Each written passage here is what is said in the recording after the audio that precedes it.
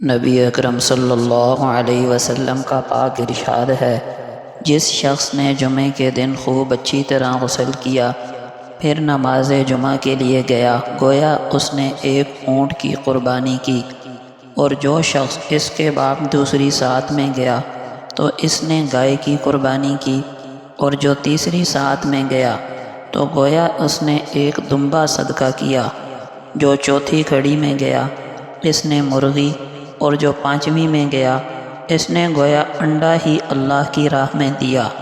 پھر اگر امام خطبے کے لیے باہر آ گیا اور یہ ابھی تک جمعے کے لیے نہیں پہنچ سکا تو فرشتے بھی اللہ کے ذکر کی طرف یعنی خطبے کی طرف مشغول ہو کر اسے سننے لگتے ہیں۔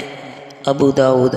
اس سے پتہ چلا کہ جب امام خطبے کے لیے ممبر پر تشریف لے آئے، اس کے بعد جو آدمی جمعے کے لیے آئے گا اس کو جمعے کا ثواب نہیں ملے گا، بلکہ اس کی صرف جمعے کی فرض نماز سر سے اتر جائے گی، وہ جمعے کے فضائل و برکات سے محروم رہے گا۔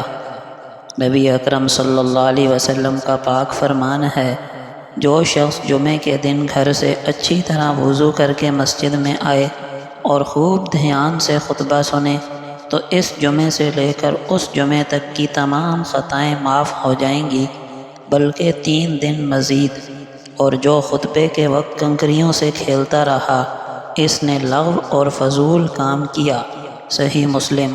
اس وقت فرش پر کنکریاں وغیرہ بچھی ہوتی تھیں، اس لیے حدیث میں کنکریوں کا ذکر کیا۔ مراد یہ ہے کہ کامل توجہ سے امام کی طرف متوجہ رہے اور کسی دوسری چیز کی طرف دھیان نہ کرے۔